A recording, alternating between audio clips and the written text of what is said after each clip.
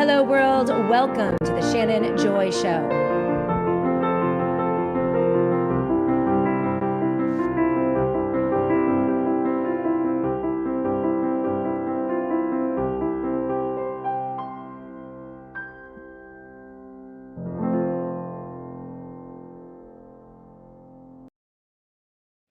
Hello, world, and welcome to the Shannon Joy Show. We're broadcasting live from the Joy Virtual Studio right here in the beautiful Finger Lakes region of New York State. It is so great to be with all of you today.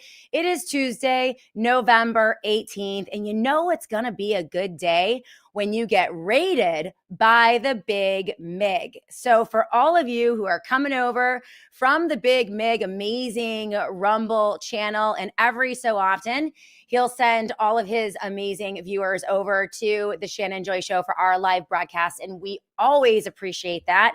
And you guys always have a lot to contribute to the live chat. So I want to welcome some of our friends over from the Big Mig, Sherry Gilbert 09.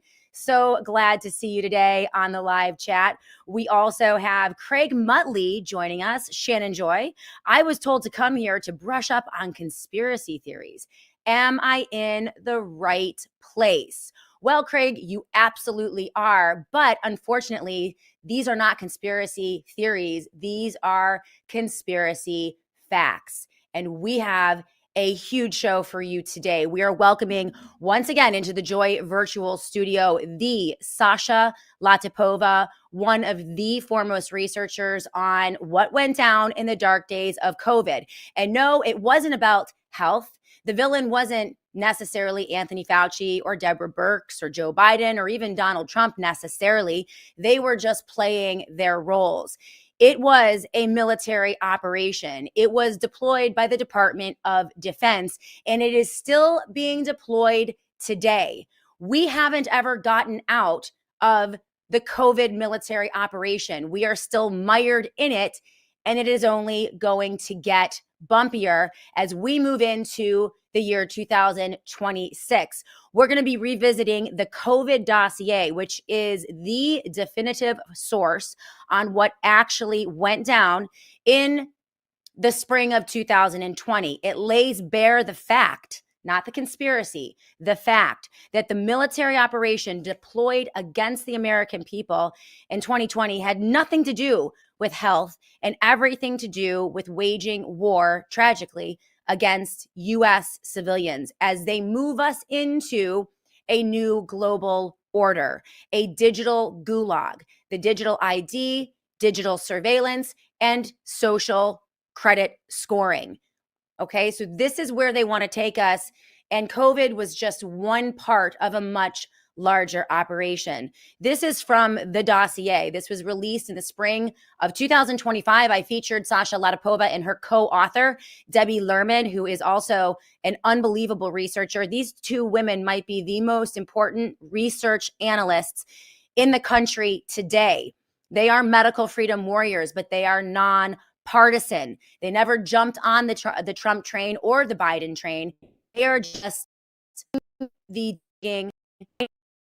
and presenting them. And the dossier is one of the best pieces. It is meticulously written, brilliantly sourced, and they have been pushing this out. It's becoming more apparent as we're watching MAGA fall apart.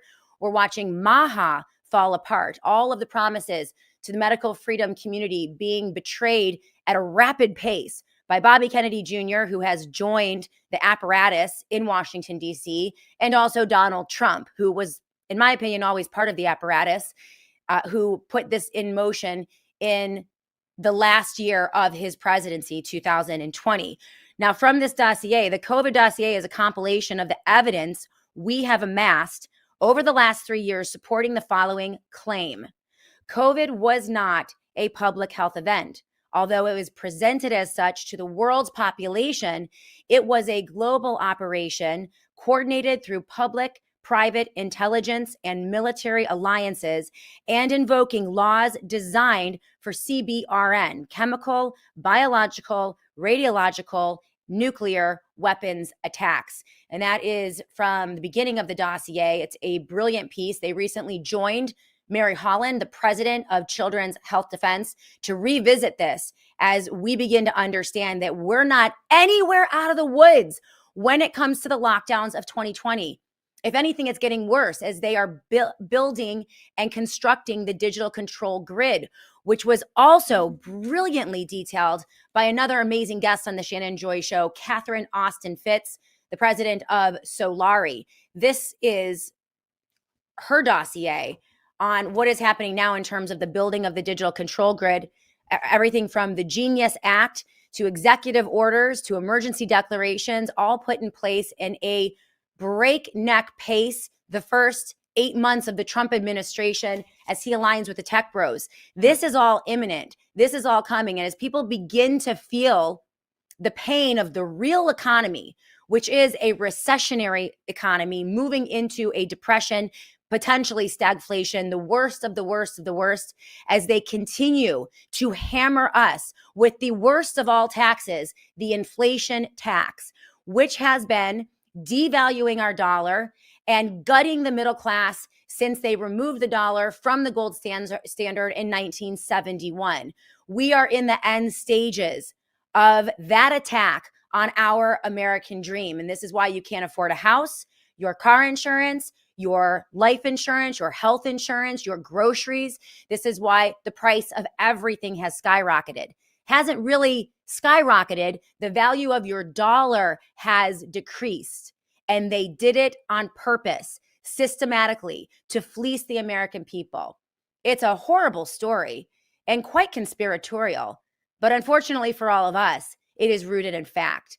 And the question is, how many Americans are going to wake up to what is happening so that we can become independent, emancipated, protect ourselves, prepare for whatever it is they plan to do to us, and prepare to refuse compliance?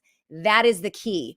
There are so many elements that need to be discussed with Sasha Latypova today, especially that element of refusal to comply, refusal to play the game, refusal to make false choices. And whatever it is that they offer to us, we have to be strong enough, courageous enough, prepared enough, and connected enough with those, our brothers and sisters who still believe in the American dream and in humanity and in our Constitution and the principles of our Constitution. We need to find each other, whether it's white, black, male, female, young, old, Democrat, Republican, left, or right. The call is out there for every American to understand that both political parties are in on this, and nothing but corruption can come out of Washington, D.C.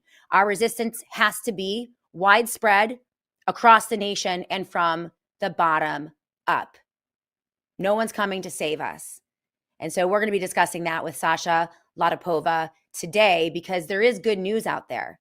If enough Americans, and not a majority, I would say maybe about 10%, refuse to comply with any of their given plans in the same way that about 30 to 40% of Americans refused compliance for the COVID-19 shots, then we can beat them. We're already beating them. Their narratives are not sticking. Their psyops aren't working. No one's paying attention to the circus sideshow as Americans begin to grapple with the reality of life today in this country, especially our young people who are looking out at a bleak future.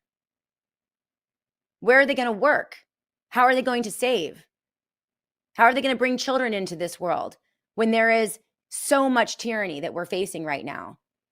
As a mom of 3 kids, I need to secure the American dream for my children.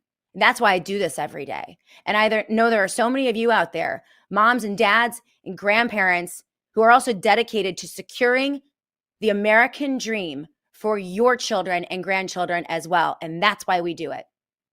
That is why we are here. Not to get rich, not to get famous, not to become influencers, not to get access to power in Washington, D.C. We will do this from our own corner of the world according to our own unique talents and abilities, and we'll do it together. But first, we have to shed that two-party false paradigm, the two-party political circus that is built to work against us at every turn. How many of you feel that way? I'm seeing more and more Americans wake up to this and wake up to it fast. And that gives me so much encouragement. So I do want to say hello to all of you on the live chat. First of all, thank you to our sponsors over at Vive Biotics. As you guys know, in politics, over the past 12 years, I have come to trust my gut. Well, my gut has not always been in the best of shape. And you guys know that if your gut isn't balanced, you can have everything from mood swings to immune problems, bloating, pain, all of these things. And if there are any of you out there who have dealt with bloating or low energy, just feeling off in the gut, you are not alone. I've been there myself, and this is why I love Vive Biotics. This is an amazing product. Right now, it is 50% off for the Joy audience. So if you've heard me talking about Vive Biotics and you've wanted to try it, but you've been holding off, now is the time to do it. They are offering an amazing deal for the Joy audience, 50% off. Just go to www.perfectorigins.com/SJS-VB. TJ is going to pop that link up in the show notes, in the comment section of the Shannon Joy Show, and also in the chat, so that you guys can take advantage of this great offer. Your gut health is the master switch for so many things, guys. Digestion, immunity, and even your mood. And when you mess with that balance, it can make you feel sluggish. It can cause skin flare-ups and even impact focus. So this is why you need to make sure you have that perfect balance, 85% to 15 good to bad bacteria. And Vive Biotics has everything you need with a really important element. It has 15 different probiotic strains plus prebiotics, and they've put them through a special fermentation process so that it actually survives the stomach acid and makes it to your intestines. And this is where they can do the real work. That's unlike any of the other pills or supplements out there. This stuff actually gets to your intestines where it can do the work. So this is going to help you improve your digestion, reduce all that bloating, and support regularity. And I have seen that. I know when I am not taking my Vive Biotic, because honestly, it does impact my mood. So please go to www.perfectorigins.com/SJS-VB to get your 50% off deal right now from our friends over at Vive Biotics. All right, guys, let's hit the live chat. I see you, General Patton. Glad that you are with us today. And I love the scripture, Deuteronomy 7:6, for you are a holy people to the Lord your God. The Lord your God has chosen you to be a people for himself, a special treasure. I love that so much. And yeah, we have something to do here in our own corner of the world. CJP Rumble, I see you on the live chat. Great to see you. Craig Muttley. What, you don't like Palantir controlling government via AI for the foreseeable future? No, we are trying to avoid that, Craig Muttley. Absolutely. Karen Carpenter, 27. Great to see you as well. Gigi Ma, 2021. Great to see you. Newer to the SJ Show. It's hard to know who to trust anymore. Down to virtually only CHD and Shannon Show. Which other shows to trust? Gigi, I have so many resources for you, and they are primarily the people that I feature on the Shannon Joy Show every single week. Sasha Latypova's Substack is amazing. Debbie Lerman's Substack is amazing. Obviously, Children's Health Defense. We love the strident conservative, David Leach. Technocracy, that's Patrick Wood, his outlet, everything that you need when it comes to the techno-fascists and how they've taken over our government and are trying to take over our country as well. We love the work of Dane Wigington on solar radiation management and also geoengineering. His website is, I believe, Geoengineering Watch. We have amazing financial analysts. We have Peter Schiff, who comes on the show all the time. He's brilliant. We are featuring Tiffany Cianci, who is unbelievable. You guys are going to love this woman, and I guarantee at some point she's going to have a show or some type of platform. She is absolutely brilliant. I'm going to feature her on this show this Thursday. Of course, we have Sasha Latypova today coming in just about 5 minutes to go over the biggest story in the country today, the story that has been completely ignored and and drawn attention away from by Maha and Bobby Kennedy Jr. and tragically so many in the medical freedom movement. We need to put our heads back on straight and understand the times that we're living in. And so we're going to talk to Sasha Latypova today. There are so many others out there that I am probably missing. Guys, please help me remember. David Knight is absolutely amazing. Who is the gal that is so great on technocracy? That is, oh my gosh, on the tip of my tongue. She's the one that hosts. Aaron Day is great. He's on Substack and Twitter. Courtney Turner has a Substack and Twitter. She's phenomenal. James Lindsay is good. Jimmy Dore is excellent. The Last American Vagabond. We've had him on the show. Doc Malik is amazing. We're going to be featuring, obviously, Catherine Austin Fitts is one of the best sources out there. Rothen Walker, I'm not understanding the context of Jen Patton's scripture quoting. I really wasn't either. I just liked the scripture, so I thought I would read it. I don't mind. I don't mind having scripture in the live chat at all. Hey, Zayada, great to see you. Courtney Turner is really good. Derek Bros is amazing. Legendary Energy is amazing. I'm going to have to make a new list. Tragically, so many of my friends from the dark days of COVID-19 got super political and they all got on the Trump train and some of them started Trump humping. And so we're not in like the same, silo right now, but hopefully they'll come to their senses. Of course, Daniel Horowitz, amazing, is great. Derek Bros was on Redacted. Redacted is phenomenal. I'm liking Kim Iverson lately. And actually, I was invited to join the team over at Redacted yesterday, but I couldn't because I had an appointment to talk about the Epstein files. But they are an amazing husband-wife team. Clayton Morris and his wife, Natalie, they do phenomenal work over at Redacted. And I'm really looking forward to working with them more in the future, 100%. Dr. Larry Pavlovsky, people seem to like. I'm loving this. All of these great sources. CJP Rumble, OMG, Redacted invited you again. Nice. I know. I'm very excited.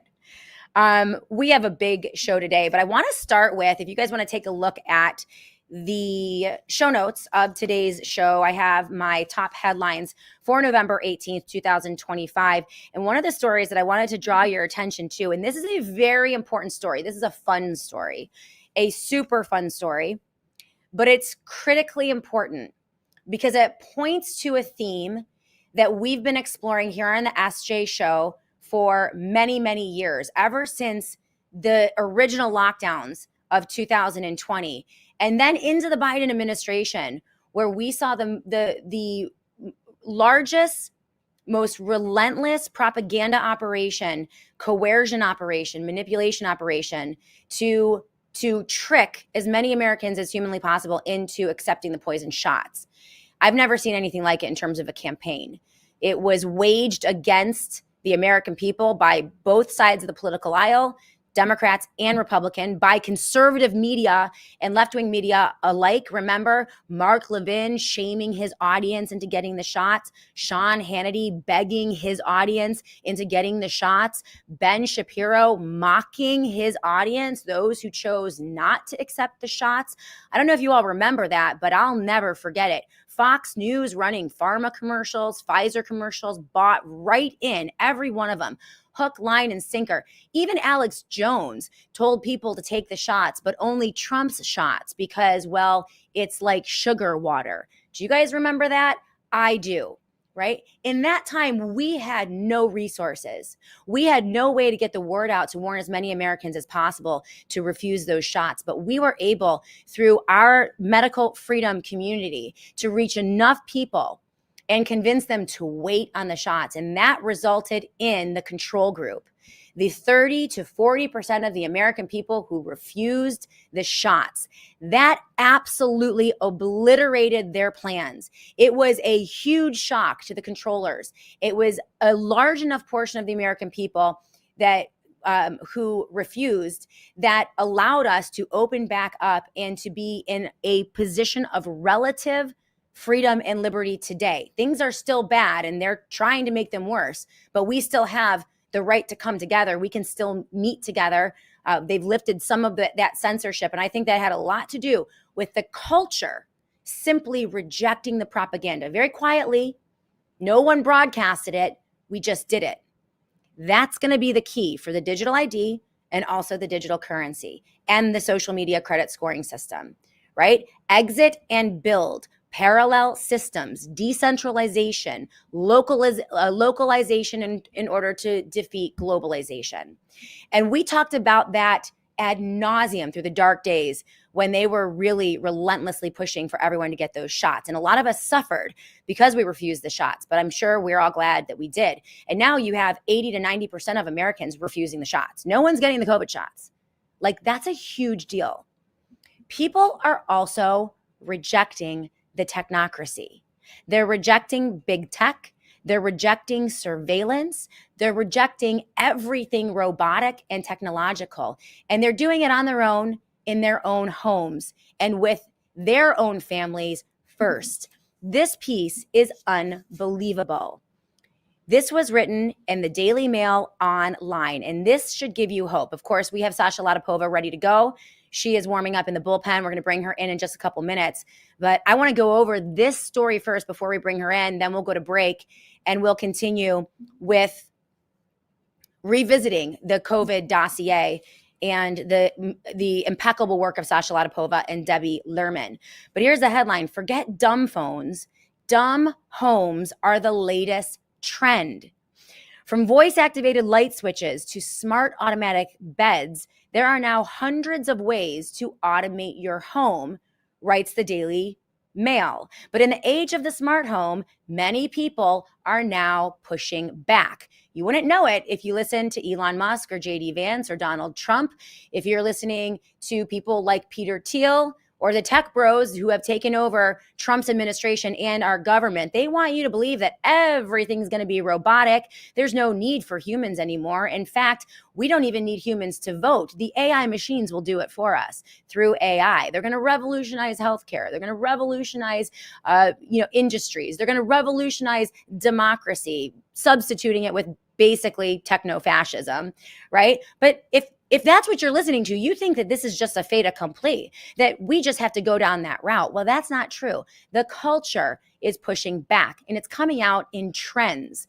What's cool and what's not cool. What is in and what is out. And I'm here to tell you, big tech is out and analog is in. For TikTok influencers and high-end designers, the dumb home thing is the latest trend, they write, and they have lots of sources here to back that up. That means ditching the smart assistants and the appliances in favor of landline phones, reading nooks, and custom light switches. According to Massimo Buster Manali, he's the founder and creative director of Buster and Punch, today's discerning homeowners are much more interested in the tactile elements, what is real, what you can see, you can feel, you can touch, you can experience with real humanity. That's what's coming back in. And this is a big problem for the tech companies. Tech-free is the latest status symbol. According to Zillow, they're now showing that reading nooks are being mentioned 48% more often in home listings than a year ago. And the reality of the smart home dream is often less convenient than people imagine. So part of this pushback is coming from people who are just fed the hell up with their smart this, smart that, smart car, smartphone. They want simplicity. And I can tell you, I hate my car. It yells at me 24 hours a day. Like every time I'm in my car, it's screaming at me about something and I can't stand it. And people are also sick of that happening in their homes as well. Here you go. On social media, former home automation fans are now complaining about being woken up in the middle of the night by out-of-control lights, security systems crashing or shutting off, and spiraling costs of hundreds of devices that constantly break or need replacing. They're just not that good.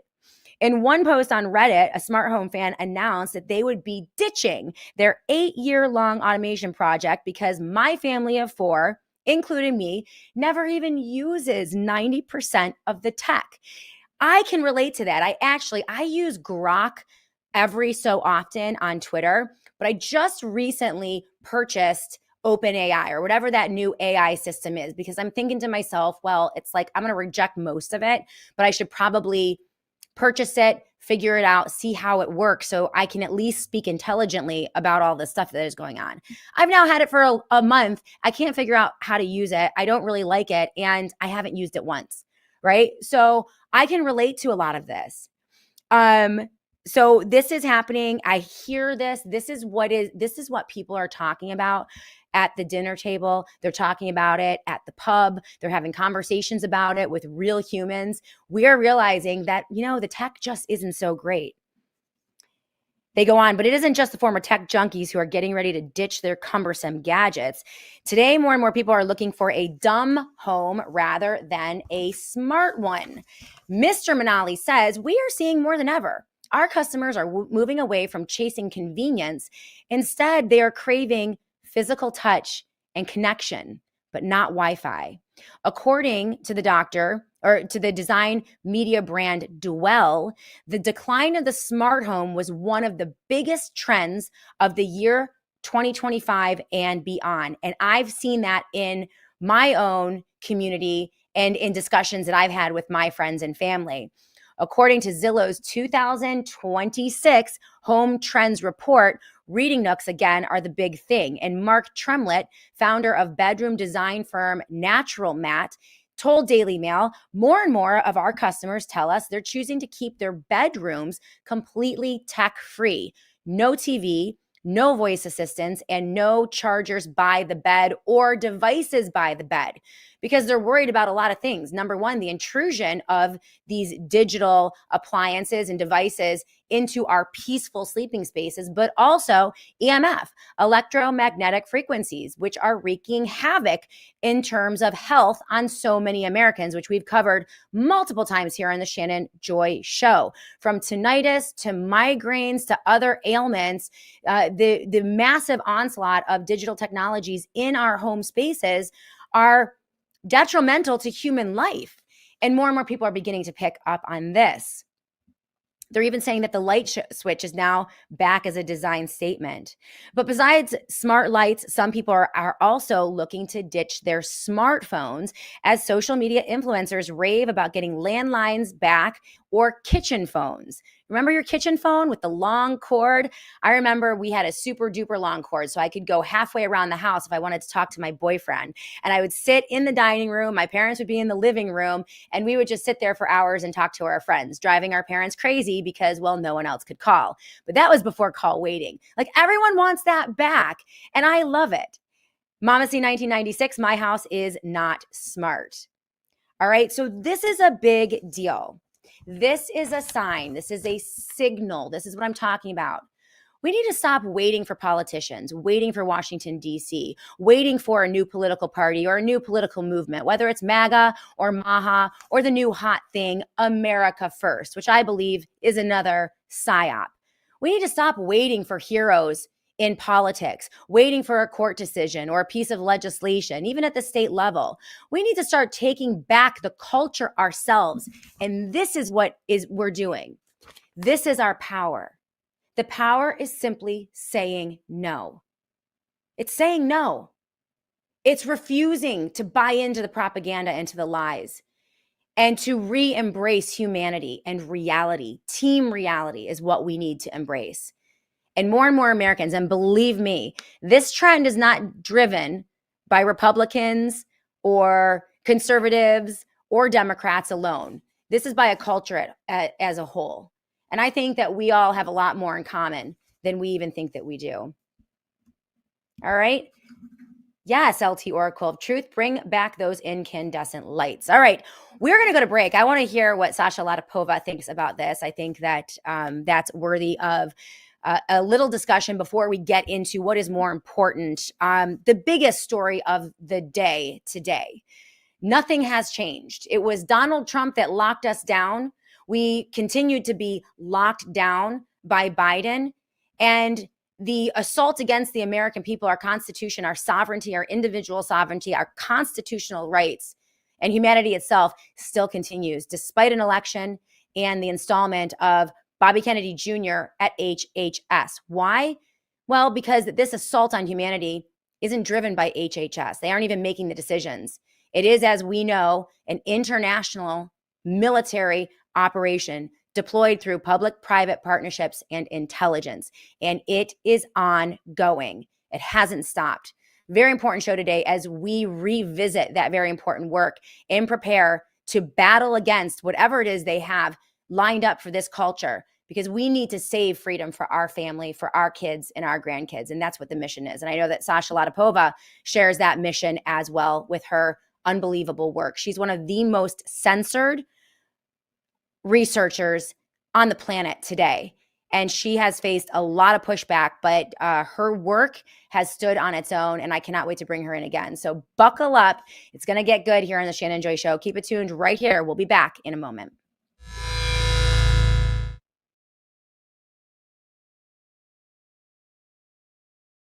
Hey guys, Justin here with the Satellite Phone Store. And with things like Starlink, satellite messengers and all that, are satellite phones still really something useful in 2025? Well, that depends. If you're deep in the backcountry, out at sea, or working in remote areas and need reliable voice communication, a satellite phone is still unmatched. Unlike messengers that only send a text message, or Starlink, which requires a battery and a big bulky antenna, a satellite phone doesn't require any setup, it doesn't require Wi-Fi, it's a grab-and-go solution that works anywhere in the world. Whether your livelihood depends on it or you're on some crazy expedition somewhere, having a satellite phone with you is the best way to communicate. If you're in an emergency situation, sending a text message may not actually be enough. So being able to hop on the phone with a medical professional or search and rescue and be able to describe exactly where you are may be the way that saves your life. So having a satellite phone, especially in 2025, is still a very useful tool. Rocketdollar.com/Shannon Joy. That is rocketdollar.com/Shannon Joy. Amazing sponsors of the Shannon Joy Show. And with Rocket Dollar, you can move a portion of your retirement out of the government to Wall Street controlled stock market and into private investments, physical gold and silver, and or real estate, which is what I love about Rocket Dollar. I just did an interview last week with Henry Yoshida. You just saw on that commercial that we ran, but this is from Technocracy. Patrick Wood wrote this. Even the tech billionaires at this point know that the AI bubble is about to burst. And he says that AI is the mother of all the bubbles. And when it pops, the explosion will take out most of the AI companies, all of their suppliers, writes Patrick Wood. Work will stop on half-finished AI data centers. Others will be shuttered because there will be no money to maintain them. When corporations realize that the ROI on billions of dollars invested never materialize, many will collapse under their own weight. And when that happens, as you all know, 30 to 40% of the entire value of the stock market is in the Magnificent Seven, those 7 tech companies. If you are not diversified out of the traditional retirement funds that are featured in the 401ks and IRAs, you are at risk. It's not just gold and silver, physical gold and silver, but they also have real estate, private equity, private corporations, even crypto, if you're interested in crypto, which I am not, but they give you that option as well. So go to rocketdollar.com/joy. That is rocketdollar.com/Shannon Joy.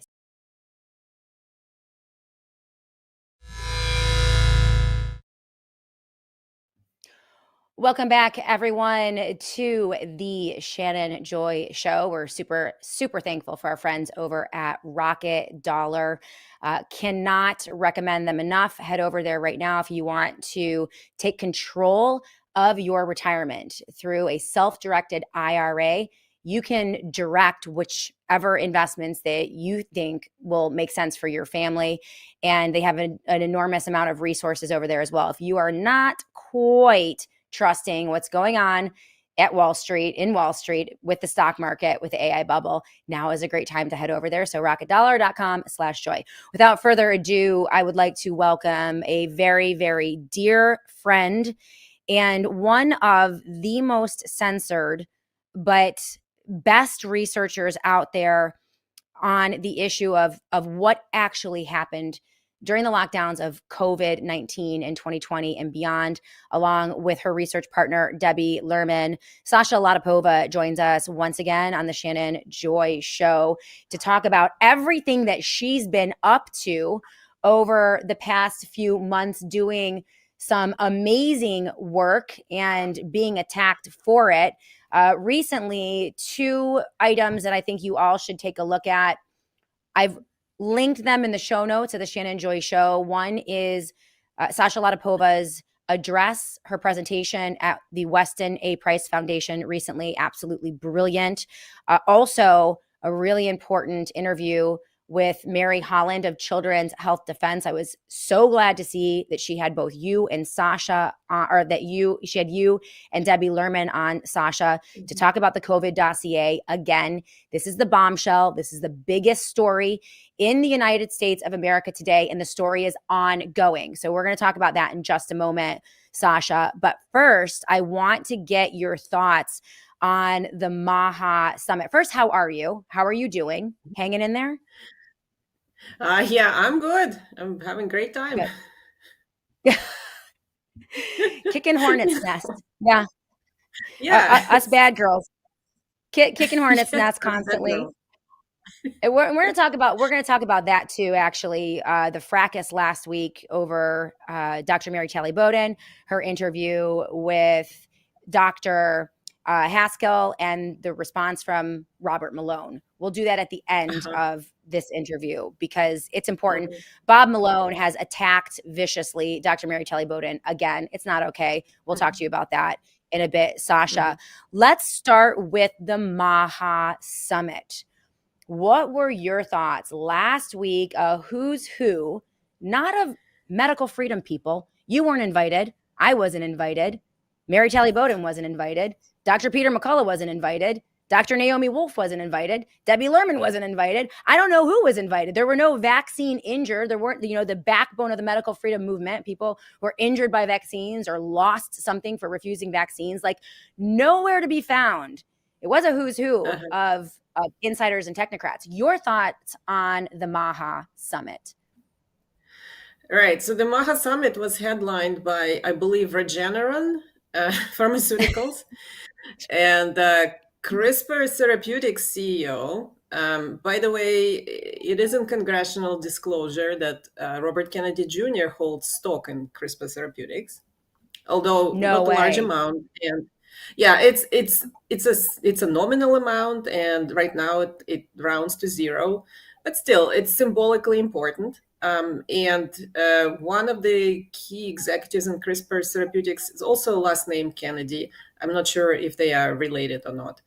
And so it's symbolically important. So they were headliners of this event.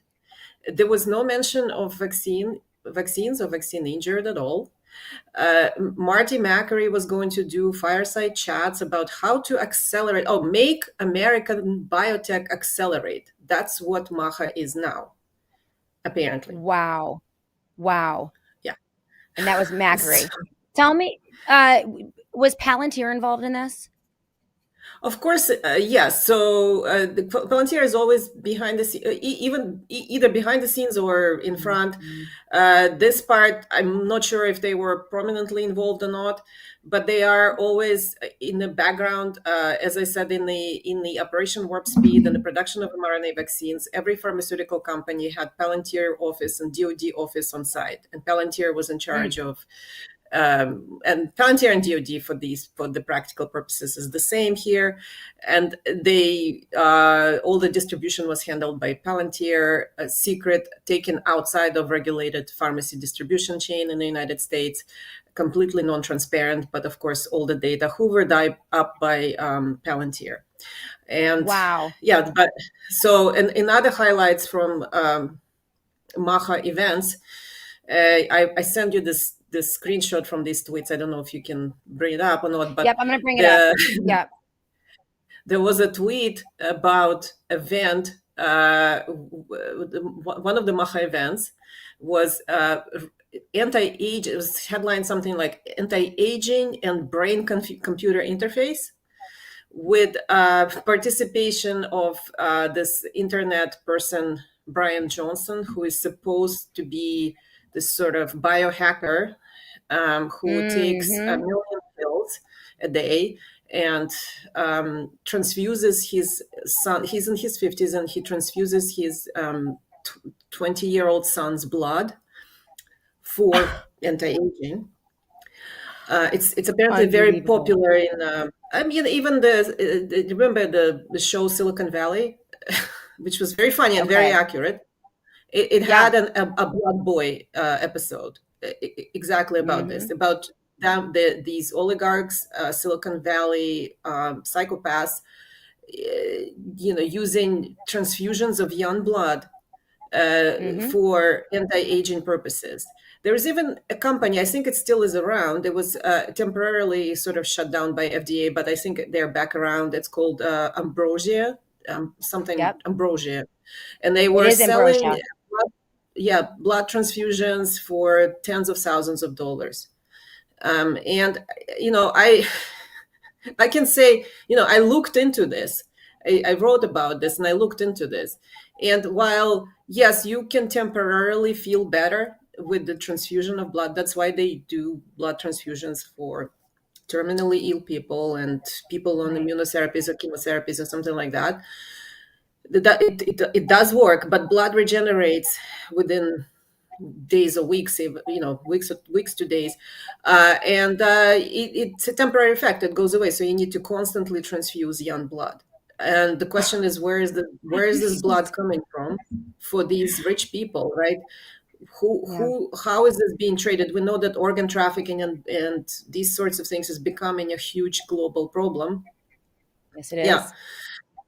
And so the question is, how is this happening? Who is providing this blood? And many other ethical questions. And it's only a temporary effect, and it does not make you live forever, and it doesn't make you look young or anything. Brian Johnson looks like a warmed up death. Frankly, he looks creepy. He also has myocarditis from mRNA. And so that's there. Yes, this person, it looks like a plastic doll, frankly. I think that's maybe a fake hair, but I don't know. And they all look like death warmed over. Peter Thiel especially. He looks like Skeletor. I mean, if we're gonna do the Marvel characterization of these villains and so-called heroes, I mean, Peter Thiel is Skeletor. The guy looks terrible. And I believe that Peter Thiel also admitted to doing young blood transfusions. I'm not sure if he's still involved in that, but I also believe he was somehow invested in Ambrosia and some of those types of companies. So these guys are really, really into this. Elon Musk looks terrible too. He looks, I mean, a lot of them are into shrooms and hallucinogenics and all kinds of pills and dope and drugs. They hang out in sweat tents. Apparently, Bobby Kennedy Jr. met Callie Means, who orchestrated all of these alliances, the Bobby Kennedy Jr. Trump alliance and the big tech alliances with Trump and Bobby in a sweat tent in Austin, Texas. Okay. And that's on the record. That's on the record. Callie Means admitted to it. He was high on hallucinogens. He admitted to it. It's unclear whether Bobby Kennedy was partaking. That's how crazy these, and they're all up on the stage. Here's the tweet from Deputy Secretary Jim O'Neill. Expect a lot more of this. And then Brian Johnson, was cool to see reversing aging be a topic of discussion in DC yesterday. Hosted by Robert Kennedy, our panel was U.S. Deputy Secretary of Health and Human Services Jim O'Neill, plus Brian Johnson, plus Bobby Kennedy. Nowhere for the vaccine injured. No discussion of the people who were injured by the mRNA shots. That's so disgusting. Like anti-aging now is the thing, wearables, hacking your biology, biotech, all of those things. It's yeah. They frankly also wretched. had in the back it said anti-aging and brain-computer interface. And Jim O'Neill tweets and says, expect more of this. So yep. It says reversing so aging and brain computing interface. So that's the yes. chip in your brain that hooks up to their AI and makes them all look like they're on death's door. Like they literally, like this is right here, 100% certified organic human right here. Like no mRNA, no, like which do you want? I mean, it's insane, right? Unbelievable that that's like going to be the new thing. It's incredible. And also the whole I think this group of people has really anti-human beliefs, anti-God, anti-human beliefs of this kind of, we are just going to hack the human body in variety of ways. And they call themselves biohackers, these communities of which Brian Johnson originates. He's a media celebrity who takes drugs for clicks and likes and various. Recently he took something like several grams of mushrooms, and why? Because there was not enough clicks and he needed more clicks. And he himself, I mean, he himself said it was terrible. Yeah, it's about 10 times or more than is recommended. Not that I know anything about it, but it's really dangerous. And so he is encouraging this kind of behavior from his followers. Just reckless, absolute reckless. You take hallucinogens 10 times the average dose. It's what are you trying to do? Encourage somebody to overdose? Anyway, so, and that's the person that's headlining MAHA event. You know, that's I don't think that most people in the medical I don't think that most people in the medical freedom community imagined this when they imagined MAHA and Make America Healthy Again.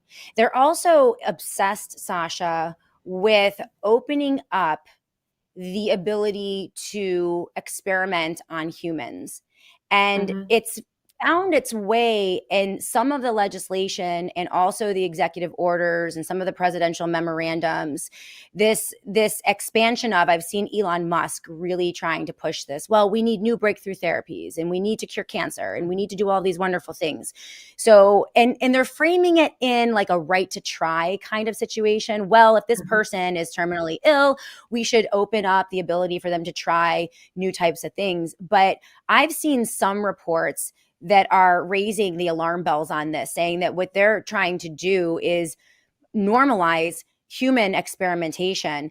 It's already kind of normalized when you think of what they did to us in 2020 when they injected millions of people with experimental technology, the COVID shots. But I would see them like to expand that even more, mainly because I think that Elon Musk really wants to be a transhuman. Like they want to be able to like replace organs, swap out limbs, swap out livers or brains or whatever so that they can live forever. And they are necessarily going to have to do a lot of experimentation on humans in order to do that. And that's also where some of these crazy tech cities, the magnates, or the technates, where they're cities or regions that are governed by technocrats. They're not nations or states, and they've had some big problems with serious allegations of human experimentation and some of those as well. Have you heard anything about that? Like I've seen a couple different stories, but I don't know if you've seen or heard anything about that. I think it's a theme that we should probably explore a little more because it's pretty dangerous. Yes, I am going to research more into this. As I said, the illegal organ trafficking and semi-legal and legal. I mean, they're all kind of like intertwined. There are clean networks and not so clean, but they interact. And it's a very concerning trend. I've seen in several poor neighborhoods here, like in the shopping malls that are going out of business in especially poor neighborhoods. They are putting in plasma collection, blood collection centers. So like what used to be Target, for example, is now I forget the name of the company, but it's a chain. It's a large chain, and they're putting in, instead of, they used to be Target, now the same size, a center where you can go and sell your blood, and they're all in the poor neighborhoods, targeting That's those horrifying. people. Yeah, and so that's horrifying. And this is for profit. They sell these like loyalty cards and incentives and things like that. So that's my sort of next area of research I was going to write about. Oh, please. Uh, Yeah. yeah. So this is just, and this is, Brian Johnson is going to go and say, well, yeah, blood transfusions is a great thing. This Ambrosia is going to go, franchise this business model, I'm sure. So the poor people go sell your blood, and then the oligarchs are going to traffic in it, right? So that's one thing. Another thing, but at least blood transfusions are not inherently dangerous unless they didn't screen the blood or something. They're not Right. they do work, and they do help people with chemo and so forth. Now, this whole area of gene therapies is horrific. Is absolutely horrific. Okay. It doesn't work. It never worked. It only kills people. I've recently written, so coming back to this CRISPR therapeutics, and there are several companies that now work in the area of CRISPR technologies, and which is claimed to be a gene editing tool that you can design, so that you can identify somebody with incorrect genes, and then because born this way, and it wasn't because this child was vaccinated. It's because it's a very rare genetic abnormality that we found. So there was this whole story about baby KJ, who was the first baby whose genes got corrected. Apparently, Okay. we don't know if he's still alive though. And his genes got corrected by Philadelphia Children's Hospital, CHOP, and Okay. a few others. There was also MIT, Harvard involved, J.D. Vance's Amplify Bio, Aldebaran and Danaher corporations. These are the huge behemoths that produce mRNA. So they all got together. They found this baby KJ who had seizures. He had high ammonia in the blood and seizures. And this is, and they said, well, it's because we found that he has a very rare genetic condition. And this is, by the way, occurs 1 in 1.3 million people. Okay. Then with the straight face, these people are saying this is a very rare genetic abnormality, of course, 1 in 1.3 million, but it's very well understood in the same sentence, okay? Straight face. Right. It's so rare, but it's already well understood. And now we're going to design a custom gene therapy for him. So imagine, parents, of course, don't understand any of this. Parents are devastated. Their child is having seizures. They don't know why. The doctor, of course, after birth at CHOP, on the first day of life, the child gets vaccinated with gazillion vaccines. I looked up in various data set, liver injury is one of the most common things. And there's a variety of liver injuries from anywhere from increased markers to increased ammonia to seizures, brain damage, and death. They're primarily caused by Tdap vaccinations, but pretty much any vaccinations can do it. And right now, half of the injuries like KJ's are in children who receive Tdap or in adults who receive mRNA shots. And but of course, and the gaslighting societal tool is no, it's not vaccines. It's because you have rare genetic abnormalities. And here we're going to design CRISPR therapy for you to fix it. So they've designed some sort of custom CRISPR therapy for this baby KJ. When I purchased the paper that they published in New England Journal of Medicine, it came with the protocol that they used, which is 4,500 pages of material. But the key part of it is that CRISPR therapeutics thing is mRNA in lipid nanoparticles. No. Yes. No. Yeah. So It's it's the just a same. repackaging of the poison Yes. shots. Is the repackaged poison shot. It's exactly the same lipid nanoparticle platform. That's why Acuitas Therapeutics is one of the co-authors of the paper. And because they've donated the LNPs for this. And then the strain is very much the whatever they designed on the computer as a mRNA piece of it was almost identical to the way they do these COVID shots or any other things with mRNA.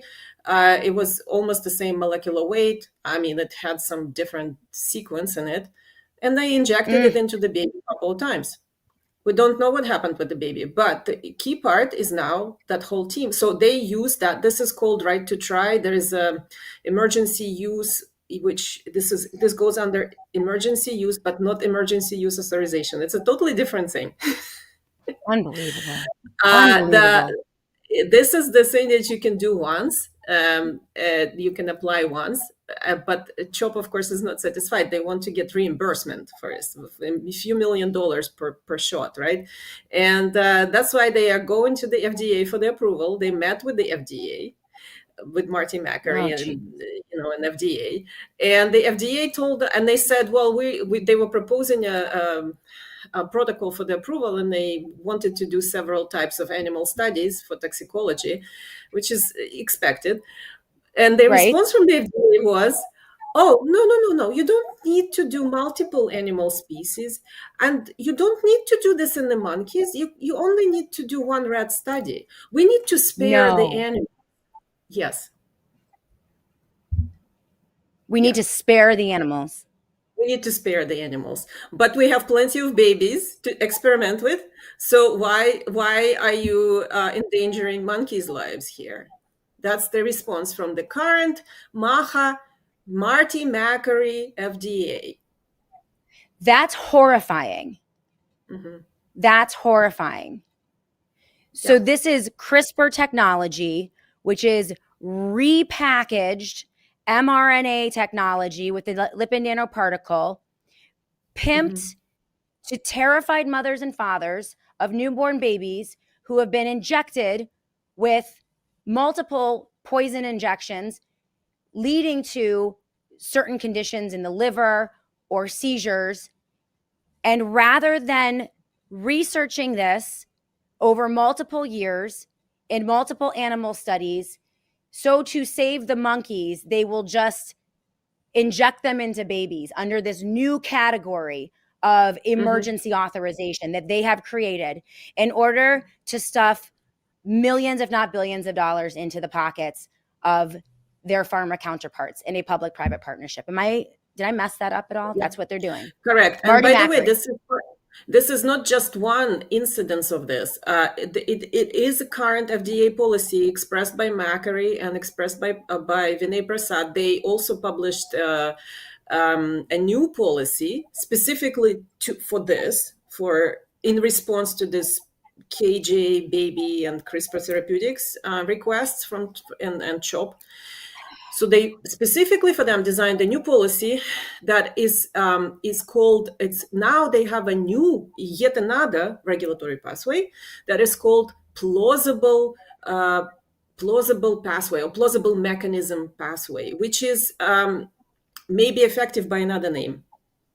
So they're utilizing these military countermeasures pathways, rebranding them, repackaging them, the same technologies, and saying, well, no, this is all kosher. It's a new regulatory pathway that we've designed for these unique, amazing breakthroughs, and for curing very rare genetic conditions. And it's an incredible gaslighting tool.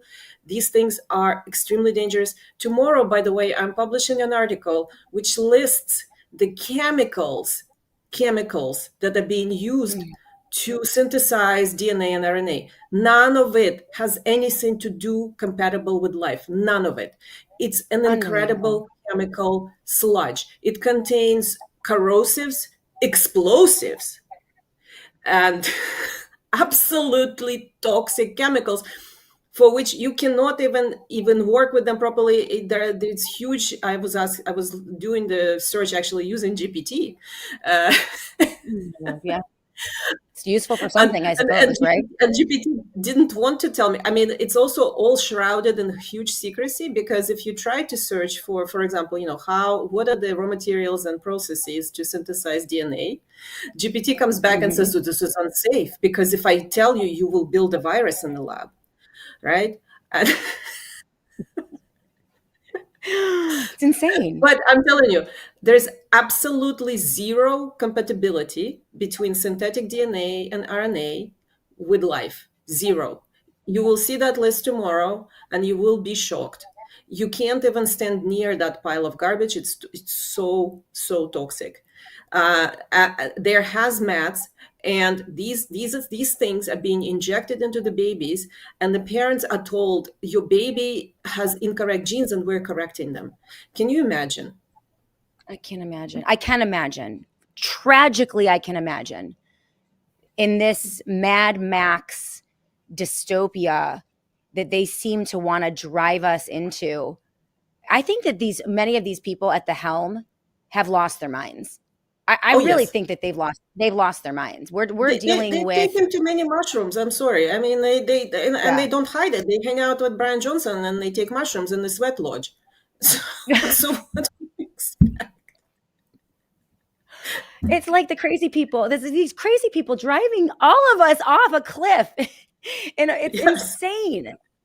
It's insane. I last week you can't analyze the news without a psychologist. I had to have Dr. Joe Sansone come in and do the show with me, because I'm like, this is not even news. Like, we're in this really strange time where we're dealing, I believe, with mad kings, mad rulers, people who have become so powerful, so drunk on power, so rich beyond any realm of imagination, through 50 years of cheating financially and rigging the system, so ensconced in their own world outside of reality, they don't even realize they've lost their minds. I mean, I'm convinced of it. These people, and this is why everyone's like, oh, who are you going to vote for in the next election? I'm like, no, that's this new America First psyop with JD Vance to replace Donald Trump. Like, that's not it. This is not the drone you're looking for. Right? I mean, I don't even know. No. I don't even know. Sasha Latypova, go ahead. So yeah, I mean, I don't know how much time we have left, but yeah, I could briefly also cover the speech I gave at the Western Press, because I think that's underlying all of this. As far as HHS is continued military operation. That's why, with all due respect to everyone, there's this story about Stephen Hatfield being fired, going around, and I'm not accusing him of anything. I'm just saying, I don't particularly trust Stephen Hatfield because of his connections with BARDA, and him not speaking, not even mentioning anything about the subject of my talk, for example, or the presentation I've given about military operation in BARDA for many years now. So it's, to me, that's a little disconcerting. So I'm totally on board with him being upset, and everybody being upset that he was fired without explanation. RFK Jr. then went on Twitter and said that he was fired for cause, but Stephen Hatfield deserves to know and hear himself what that cause was. And I would like to know also what the cause was, because for cause and then no cause explained. And so that's one thing. So I'm supportive of him finding out and having some clarity here. I'm also supportive of him. He says that he was instrumental in canceling those 500 million in mRNA projects from BARDA. Okay, that's great. That's wonderful. Yep. Now, I still am concerned. I think Stephen Hatfield needs to be upfront about BARDA operation overall. So in my presentation, I discussed let's do BARDA. Before you get into that, let's take a break, because we do have about another 20 minutes. I can keep you even a little bit longer if you have the time. So we could go Yeah. till about 1:40 so that you can explain all that. I don't want to cut you off on that. I'd rather kind of break it here, take a quick break, and then we'll come back. I agree with you about the Stephen Hatfield analysis. I think that it's somewhat of a limited hangout. I'm glad that he's speaking up. I'm glad that they are showing us how the sausage is being made and the deception within HHS, that we're not getting the full story. And I'm thankful for his testimony and for his candor with Dr. Mary Talley Bowden, particularly last week in her blockbuster interview. However, there are certain themes that I don't quite understand. And one is this poor baby Bobby Kennedy and poor baby Donald Trump are being led around by the nose by mean old Susie Wiles and mean old Stephanie Spear. And they are old battle axes. I mean, let me tell you, Stephanie Spear is scary. Okay. She's come after me. She is a scary lady. I've been screamed at twice by Stephanie Spear. It's a great story. I told it last week. I won't tell it again. All right. But so that narrative, Trump's a wonderful guy, Bobby's a wonderful guy. They just don't know. They're being manipulated. I'm so over that theme. It is so false. Both of those women work at the pleasure of the executives, right? Donald Trump hires Susie and Bobby Kennedy hires Stephanie. So let's just clear that up right away. And then there are the troublesome connections between Hatfield and some of the inner mechanisms of the military industrial complex, the bio industrial complex, and what he was doing before the pandemic. So these are just on the record. They need to be fleshed out. And it's once again, your big theme, Debbie Lerman's big theme, my big theme is that we are missing the entire truth of the matter. All of this focus on what's in the shots, what isn't in the shots, how are they harming, getting them off the market, even though I'm okay with all that, is missing the biggest elephant in the room. And that is the fact that it wasn't HHS who did this. It was our own military who deployed this against we the people. That's the big story. You understand that better than anyone, and you've done the research. We're going to get that story again because this is going to pop up again. I have a feeling, Sasha, that your research and Debbie Lerman's research is going to be the most important as we move into 2026. And you guys are going to play a critical role in all of that.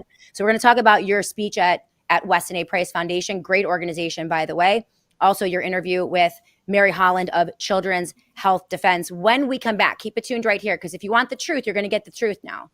You're going to get the truth. Maha's not giving you the truth. MAGA is not giving you the truth. Okay. Tragically, a lot of our medical freedom people have become very political. So they don't want to give you the truth, but they're going to have to because it's the truth. So we're going to be back with Sasha Latypova to unpack all of this on the Shannon Joy Show. Keep it tuned right here. We'll be back.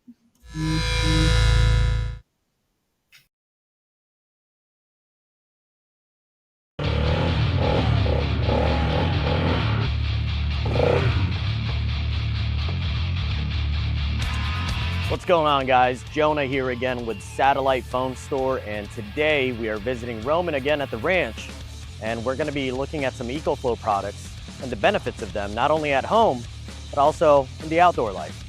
Let's get to it.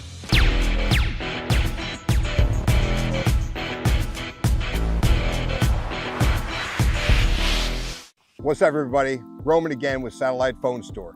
Today I'm here with EcoFlow products. We got some really awesome products today between battery packs and solar panels. Whether you're at home during an emergency preparedness type situation or you're just out with your friends hanging out in the woods, you're always going to have the power that you need for whatever you have going on. So right here we have the EcoFlow Pro Delta 3, which is a whole home system. You can actually power your entire home with it. And then attached to that, we have the 220 watt bifacial solar panel. The cool thing about this is if you have it set out, you don't have to move it every couple of hours to make sure it's facing the sun. It's always going to be absorbing sunlight and always charging your battery packs. One thing I like about this system right here is, like I said, during an emergency situation, I can power my entire house with it. And then right here, we actually have the River 3 Plus. It's a much more portable system, but still giving you plenty of power for whatever you've got. Attached to that, we have the 60-watt solar panel, so you can continue to charge this if you're out in the woods or any situation where you're away from the power grid. I love having this because I can put it in my backpack, you can keep it in your car, and you can power any electronics you need. One thing I love about having this portable battery system is it allows me to stay on the go. A lot of times when I'm out in the woods or if I'm out recording, my camera runs out of batteries a lot sooner than I think. So I can keep them charging and then keep moving on with the mission.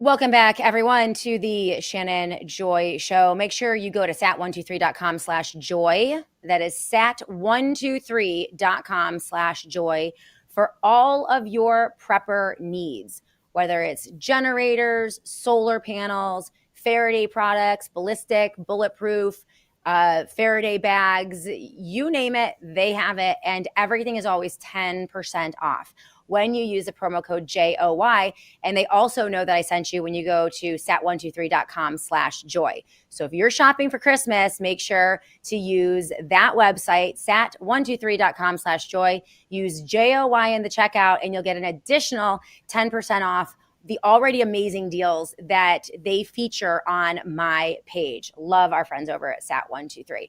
So without further ado, let's bring back in Sasha Latypova. You can follow her on Substack. It is Due Diligence and Art, and she is one of the most prolific researchers on the topic of what really happened with COVID lockdowns in 2020 and beyond. Her seminal work with Debbie Lerman, the COVID Dossier, is featured there, also linked in the show notes of the Shannon Joy Show today. So just scroll down and click on that if you want to look at the entire report.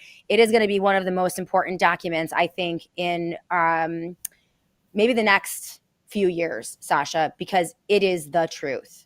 I am convinced of it now, based on everything that we have seen. The headline of my show today, a license to kill.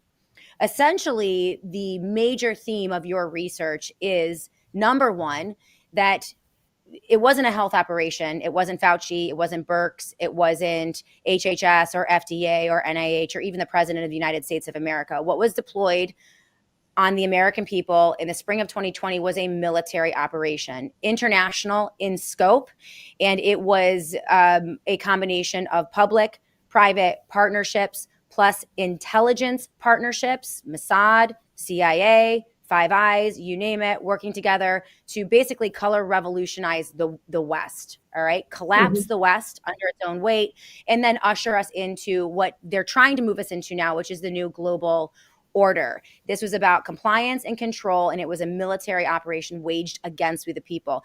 In all of that, they also very cleverly made it completely legal to kill us, to kill all of us with no repercussion. License to kill is the way that you portray this.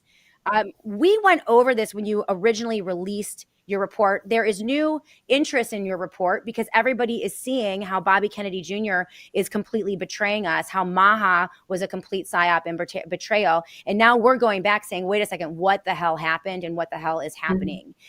And that is the one area, this truth that you and Debbie uncovered so diligently is the one area that the medical freedom movement just falls down on time and time again.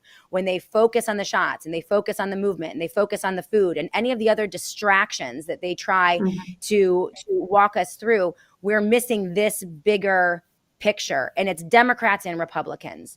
All right, so that's my umbrella thesis. Tell me if I got it wrong. I know there are a lot more details that you can use to fill us in, but did I get it somewhat right, or am I off anywhere in that analysis? Yes, this is absolutely correct. So I have published on this since I first published. My presentation was called "Intent to Harm," and I published it in 2022. I was the first person, as far as I can tell, who said this is intentional. First of all of this is not a mistake. And it is intentional, and it's not just PharmaBed. It's the government is the head of this cartel. Now the governments, so it's a network of global governments, and they're not the most in charge. They have owners behind, central banks, owners of the central banks, and the owners are typically hidden. But for purposes of my investigation, I need to know the executive hierarchy of the crime cartel, and the hierarchy goes: the government provides sovereign liability protection to the pharmaceutical consortium, who are acting under military orders, Defense Production Act, and this is same thing as would happen in the global war scenario. The government commandeers private sector, tells them to drop everything, switch to production of weapons. And there's a specific legal framework that was used in the wars by the United States, also used in the wars by all kinds of other Western governments. They use exactly the same framework. And so I also compared this to production of Agent Orange, for example, for Vietnam War, for defoliation and all those horrific crimes that they have committed there, poisoning the entire country, dumping millions of pounds of this pesticide, defoliants, variety of agent. It wasn't just Agent Orange, but collectively it's called Agent Orange. Right. And nobody was held liable ever for any injuries or deaths, even to the American service members. I mean, after 26 years or so of private litigation, they were able to set up a compensation fund for those who survived their injuries. It's just Americans, forget Vietnamese. And so those who survived their injuries and refused about 50% of the claims submitted. And after all of it, the survivors received about $3,000 each in compensation. So, and curiously enough, Brianne Dressen, you probably heard of, AstraZeneca clinical trial participant who is now suing AstraZeneca with Aaron Siri as a lawyer. Well, AstraZeneca actually offered her about $3,000 in compensation. Do you know where that number comes from? Strange. Right. So exactly the same framework was used here. The same framework as was used to produce Agent Orange and do whatever they did with impunity is used now here on the mass scale, on the global scale. So the government orders pharmaceutical consortium to produce unregulated poison that can then given to the military contractors, which in this case involve entire healthcare, entire academia, entire media, to then say, you will, inject, recommend, propagandize, censor and suppress opposition, all that. And as long as you do that, those are directives come from HHS now. Actually, there are legal letters were sent to healthcare system explaining what I'm saying just now. It says here, this is how, if you follow our orders, our HHS orders, you can, if you have injuries or deaths, you just have to report them to us. But this whole entire letter will explain to you how to stay within coverage of the liability protection. So you are now, if you're using these mRNA shots as we tell you to use them, then you are now a covered person using a covered countermeasure, and we give you full liability shield. And so far, this liability shield has been completely bulletproof. Nobody has been really held liable. There has been some settlements for mandates, primarily workplace mandates, but nobody has received any meaningful compensation for injuries or deaths, and no evidence has even reached the court as far as discussing this on merits. And that's what MAHA is designed to obfuscate. MAHA is designed as a policy to overall deflect from vaccine, any vaccine damage, into things like food, Tylenol, red dye, other items. But never discuss vaccines. And you've seen they basically walked everyone over this year. They walked everyone from, we're going to remove mRNA from the market, like they were promising during the campaign, to now saying anti-aging and brain computer interface, and there will be more of it. So that's how they have designed the whole plan. And But it's very clear that they plan to continue this crime. They plan to morph the whole FDA policies just to be kind of like backward justify this and say it's all fine now mRNA is platform, and we can develop all these other things from it and never ever go back. Now that's so in the middle of it, I was in my presentation at Western Price, I was talking about the octopus that BARDA built. That's why I'd like to have Steve Hatfield answer these questions and explain Right. exactly what's happening there. So BARDA, I was presenting a slide from BARDA. Wait, BARDA before is you start with BARDA, before you start with that, Stephen Hatfield, what is his connection to BARDA, and what is BARDA? Can we start there? Let's just get basics out of the way first. Yeah, so BARDA is a biomedical advanced research and development authority. It's technically sits under HHS, but it's a hybrid between HHS and DoD, and they have, I think, dual reporting. For some things they are like HHS, and for other things they are like DoD, and their ostensible purpose is they were set up to stockpile countermeasures, to develop, facilitate, fund, order them from pharmaceutical complex, and stockpile countermeasures in a national strategic stockpile. And that was all justified when they introduced the PrEP Act, which is under which all of this sits. A PrEP Act was introduced in 2005 by Republicans in Congress. It was opposed by Democrats in Congress, including Hillary Clinton, Joe Biden, Ted Kennedy, and Richard Byrd, who spoke very correctly about its utter unconstitutionality because it violates many provisions of the Constitution. It strips us from the rights to sue for injury or death from the manufacturer. It's nearly impossible to get into court, as I've described. Practically nobody was able to so far. It has a lot of other terrible features, and it is a license to kill because under HHS, under this framework, you can kill and injure, and HHS will provide you full liability because you're a covered person. So this was, just for full understanding, the PrEP Act of 2005. I believe it was the Bush Jr. administration. December 22nd, Christmas time, super late. They smuggled it in, and Joe Biden opposed it. This essentially it transferred power to the HHS Secretary, Health and Human Services, and said, you can declare an emergency, a health emergency. It could be anthrax, it could be smallpox, it could be this, it could be that. It's non-reviewable. There are no stopping conditions, no data to justify why you declare it, no requirement for justification of that declaration.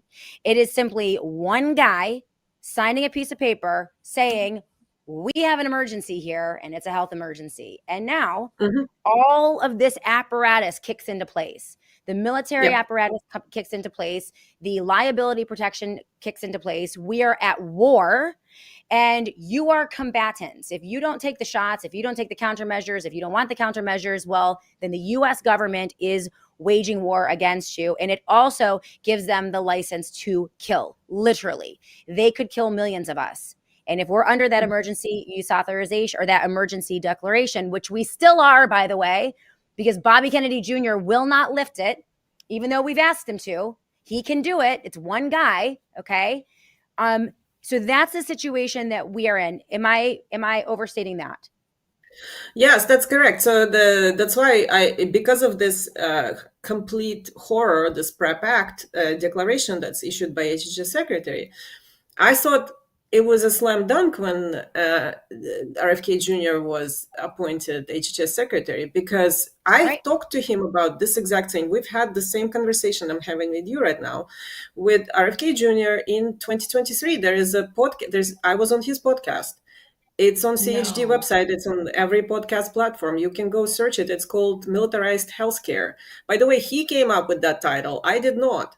And we are discussing for over an hour this whole PrEP Act, the coverage, the license to kill, the military operation, and he is in complete agreement with it. So I thought it was slam dunk. I thought he was gonna do this the first thing in office.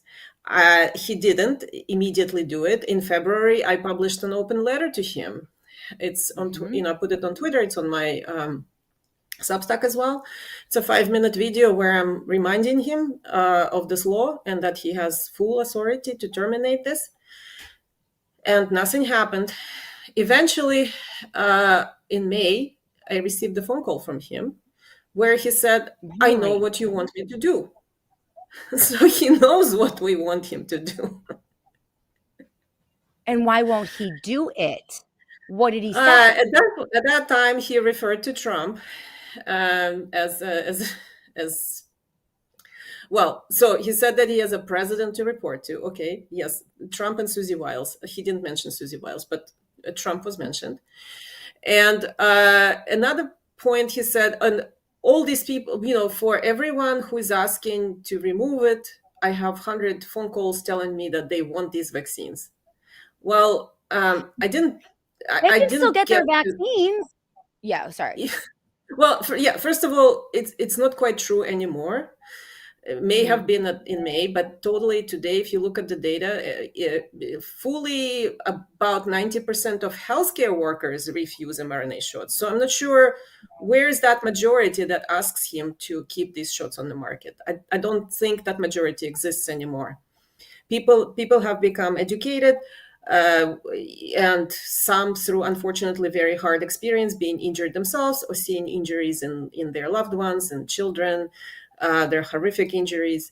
And so I don't buy into that anymore, that there is a majority. There isn't majority, it's a minority. And the real pressure is coming from the pharmaceutical complex, from Susie Wiles, from Stephanie Spear. And yeah, you're correct. Though these men who are ostensibly our leaders are showing us what kind of leaders they are. They're hiding behind these attack dogs that they have hired. And they can't quite bring it themselves to firing those attack dogs and bringing in competent staff.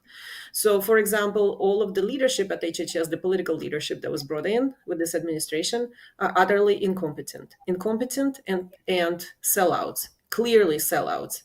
And so there are many, many competent people who were on the list, were considered, and were rejected because they're not going to play ball, because they're going to be ethical, because they're going to uphold the law and serve the people and not serve the pharmaceutical complex. And unfortunately, this is where we are right now. We are at the place where the leadership right now protects people who pay them for political campaigns. And that's it. They're just funding them into office. And once they get into office, there is a looting operation. And then the next group comes in, same thing. But every time this happens, there is less and less to loot. So I'm telling you. Right. And Well, and this is one area that you and I discussed privately last week, and I'm not making any accusations about what went down with Dr. Hatfill. I'm thankful for him coming out and blowing the whistle. We're going to leave it at that. However, what you explained to me is this system where nothing that happens in Washington, D.C. is about we the people or the Constitution or fixing things or helping anyone or doing anything right or good or just or even sane, like nothing.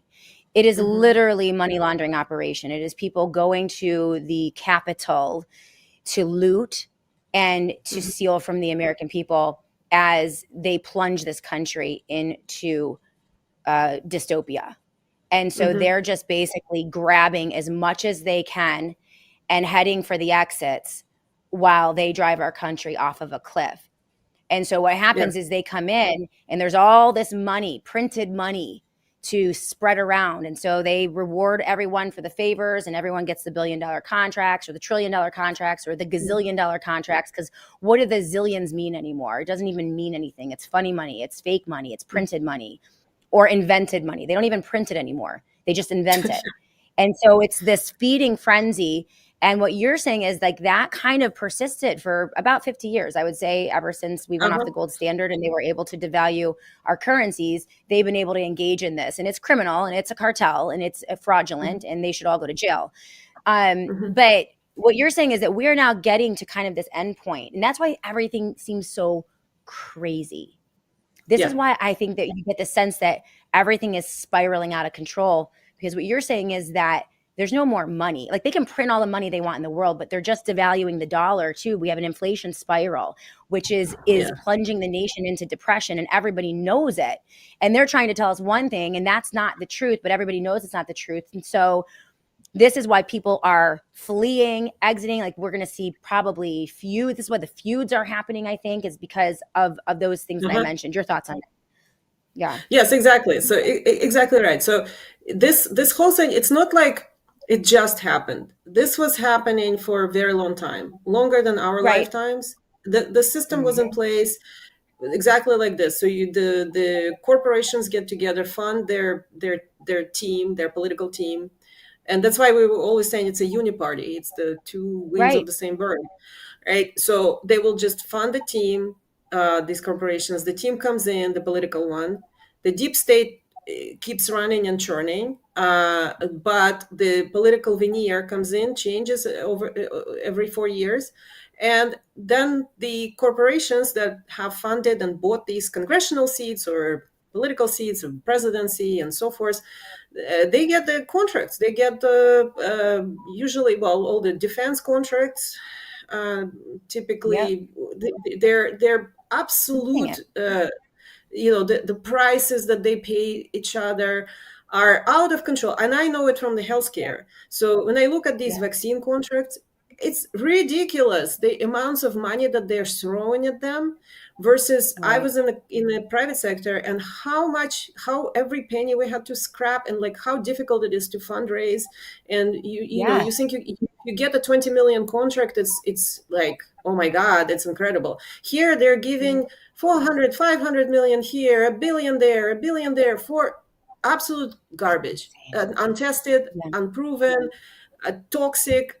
They just don't care. So that's how they used to operate. So if you bought the ticket, you get a return. Now, unfortunately, they've debased all the currencies this way since 71. And since the currency is now debased, you print more. Well, now you need a wheelbarrow to buy a piece of bread. Remember Weimar Republic? And it happens all the time. Happens in every country that debased their currency this way. And so they literally can't justify. Like they've run out of mechanisms by which they print the money. There are numerous, but every one of them is sort of at the dead end, because the next amount is just gigantic. It becomes more and more, compounds. It becomes bigger and bigger and bigger. And so they can't quite pay their backers anymore as efficiently as they were hoping before. And now I think what we're seeing is all these fights between different programs fighting for, well, you promised me this and you promised me that, and like, where is my trillion now, and so forth. And then Sam Altman comes and says, oh no, you need to give me 200 trillion because I'm this is strategic, and of course it's all national security. It's strategically important. It's all national security. So that's what happens. And so partially I would like Stephen Hatfield to talk a little bit more about BARDA. Because what I think happened there is one of those fights. He wanted to start some sort of a task force to investigate something about mRNA shots. That's what he says. However, he never brings up the fact that BARDA operates outside of the pharmaceutical regulatory law. It seems that BARDA justified their existence by, what if we get attacked by chemical, biological, radiological, nuclear weapons? And on this what if imaginary scenario, they built this whole edifice of illegal law. And that's the number one thing, that if Stephen Hatfield wants to be a real whistleblower, well, then really discuss this. And I understand the firing and so forth, but this is the part that needs to be addressed. So what happens is, because BARDA BARDA built, so in my presentation, I discussed BARDA's own slides. I love using their own materials. BARDA's own slide shows that BARDA built a global octopus. There's BARDA in the middle, and they say we have sponsors, of which is White House and Congress and related agencies. Yeah. Wow. On Okay. the other hand, we have performers, which is, as I said, it's the pharmaceutical military industrial complex, private sector. Okay. They perform the tasks. BARDA is the bank. And actually, in fact, it's referred to as Bank of BARDA. Even Robert Malone mentioned it as Bank of BARDA. Wow. Yeah. So it's kind of like a central bank that Okay. funds all this. Crazy. And they Okay. have sponsorship in the White House. They have the performers in the pharmaceutical military industrial sector. And by the way, that part is global because it reaches not just the US corporations, but global corporations. And then on the other hand, they have another, like, I forget, the sponsors, facilitators or something, executive branch that contains all the executive branch agencies and departments. So DOD, DHS, DHHS, USDA, VA, even the private finance sector, like private equity, venture capital, is also included. And then, of course, that executive branch of the octopus is also international because it reaches to the foreign governments. And yes, the foreign governments, especially the military alliances, intelligence alliances that US has, such as NATO, Five Eyes, also EU, they all have a mirror image of these laws that we have here. They also have Yes, they do. countermeasures laws. They also have military countermeasures alliances and stakeholders and so forth. So this is a global public-private partnership of which BARDA is in the middle. So that's why I'm very interested in what Stephen Hatfield has to say on this topic. Okay. Well, we need to get him on then. We need to have an interview with you and Stephen or some type of collaboration, because what you're saying, and I see it in the live chat here, CJP Rumble. So BARDA is worse than the World Health Organization. And I think you're right. I think the World Health Organization is like a front face. It's like, it's worse than Fauci. It's worse than Fauci. It's worse than Birx. It's worse than HHS or WHO or the UN. It is this kind of secret interlocking organization that, in my opinion, I think they want to collapse the West and move us into the new economy, which, China's at the helm, India, the Silk Road Initiative, the Shanghai Cooperation Corporation, right? Like that's kind of like where the new hot things are going to be. And then I don't know, they poison our populations, and I guess we descend into second or third world status here in the US or something like that. I'm not now. Well, this is what they. I wouldn't necessarily point finger at China too much. I mean, they're going through a demographic crash, and it's great, good. They're not a power threat that we're being told. And again, it's a favorite line from the military industrial complex here to point finger at WHO or point finger at, if you don't give us money, China will be ahead of us. So that's it's right. always the tech, the AI arms race. Because we got to be so afraid of China. Oh, it's such a psyop. I got another question here. Diog, oh my gosh, you've asked this 100 times. I see you. Sasha, what was the main purpose of the COVID con? We only have like a minute left. That's like a 10-minute question. But, what was the purpose? I mean, I think we explain it all the time. It's power and control by an elite few who want to own everything. I mean, that's the easy answer, right? Exactly. The point was that, there are multiple reasons which all worked in one direction. So one of them was they needed to justify printing huge amounts of money last time in 2020. In 2019, they went into repo crisis. The banking, the central banking sector. Yeah, so they went into repo crisis, and that was kind of like they needed a huge infusion of cash and distribute it amongst themselves. They all profited off of it hugely. But that was one of the main reasons was to infuse huge amounts of cash and also stop the real economy. So they needed to deflate us and inflate themselves. It worked for Yeah, that's why the lockdowns and all that. So they crushed the real private sector, the real productive part of the They economy, did. mom and pop shops, farms, and so forth. Induced huge amounts of misery just so that they could have like a more valuable money than we have, because our money is not valuable if we can't go and do Use it. transactions that create wealth for us, right? So we can't go transact freely. We have to be locked at home while they get trillions of dollars literally poured into their bank accounts. It worked for That's them what they for did. maybe 18 months. It then, Mhm. because you can't do that. Because we fought So, back. It was the freedom movement. It was the medical we freedom fought movement. back, and it only is temporarily effective. So anyway, so that it's kind of like a heroin addict at the end. You know, they have to go higher and higher and higher, and so Get that hooked. was the huge hit that worked a little bit, and now they're in a big hangover, big hangover, and now they're Mhm. trying to do it again. Now there's also, of course, they didn't care how many people they would kill, and in fact they wanted to kill people because they need to reduce their balance sheets. It's too expensive. Social Right. security and Medicare is too expensive. Canada is now openly saying that they plan to kill 15 million people through MAID program, medical assistance in dying. They publish papers about it. They publish policy about it. They give targets to the physicians for number of MAID prescriptions they make. So, I mean, it's not a secret anymore. They need to kill the people, especially the people to whom they promised retirements and social security. So that's another one. Wow. And of course, control. Grab the remainder of the assets that is there, dispossess us of everything, and grab everything that's on Mm. earth and physical assets to themselves.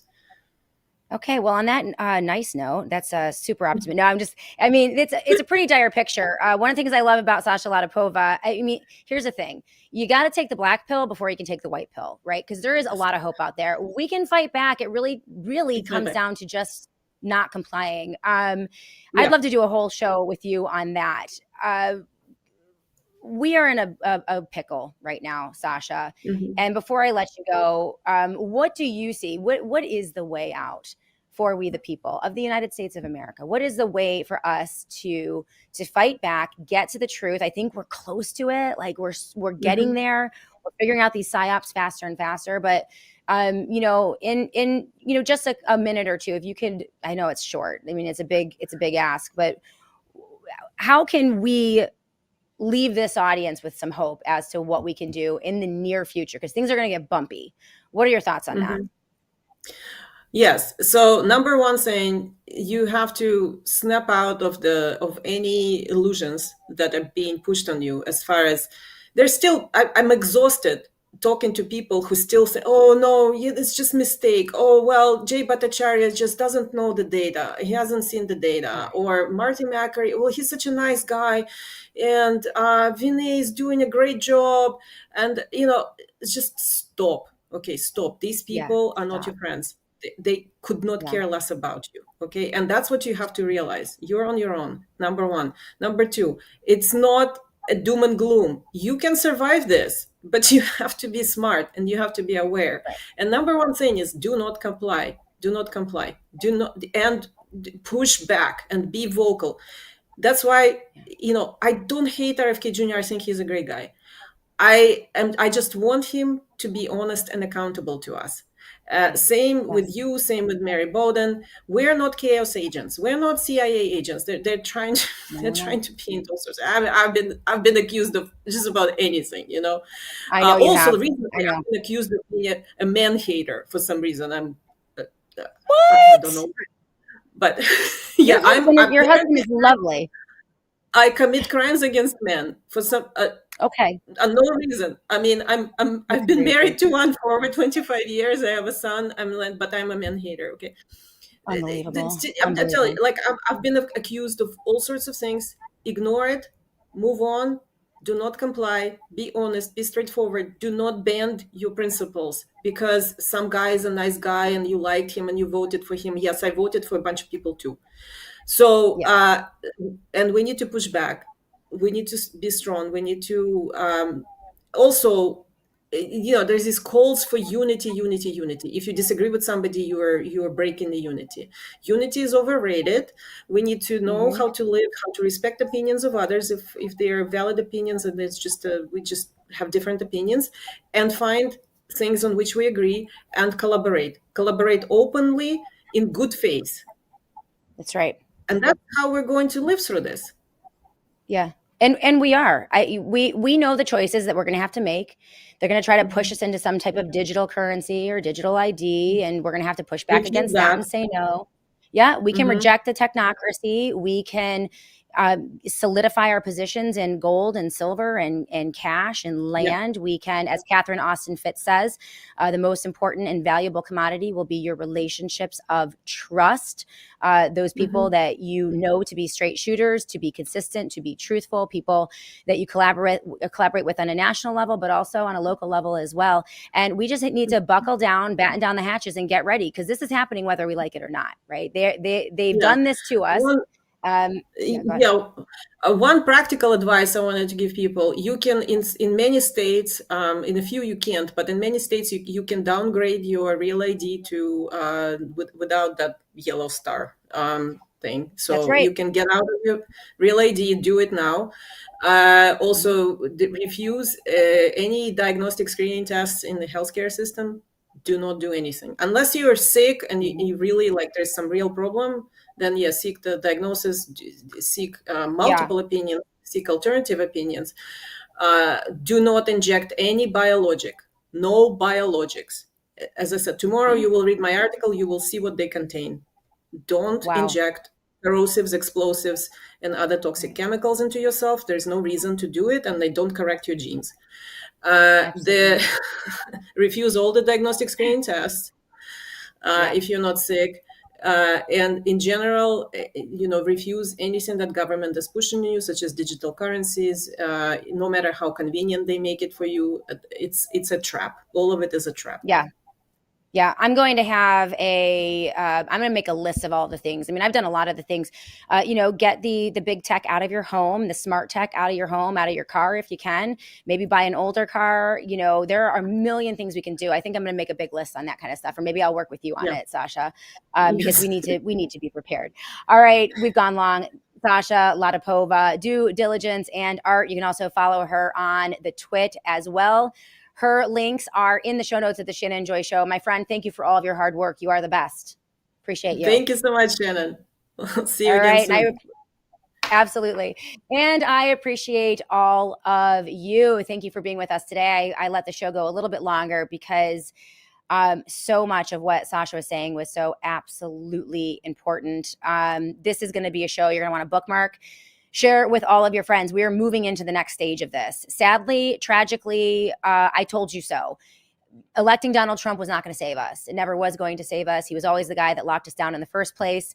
And it turns out, well, he was just following orders because it was a larger military operation. And so putting him back in power wasn't the answer that people thought it was. But there are answers out there. That's what we're going to be focusing on the Shannon Joy Show over the next 18 months. We're going to give you the best resources, the best ideas, the best people as we begin to build up that infrastructure for resistance. I hope you all have a wonderful day. We'll be back tomorrow to do it all again right here on the Shannon Joy Show.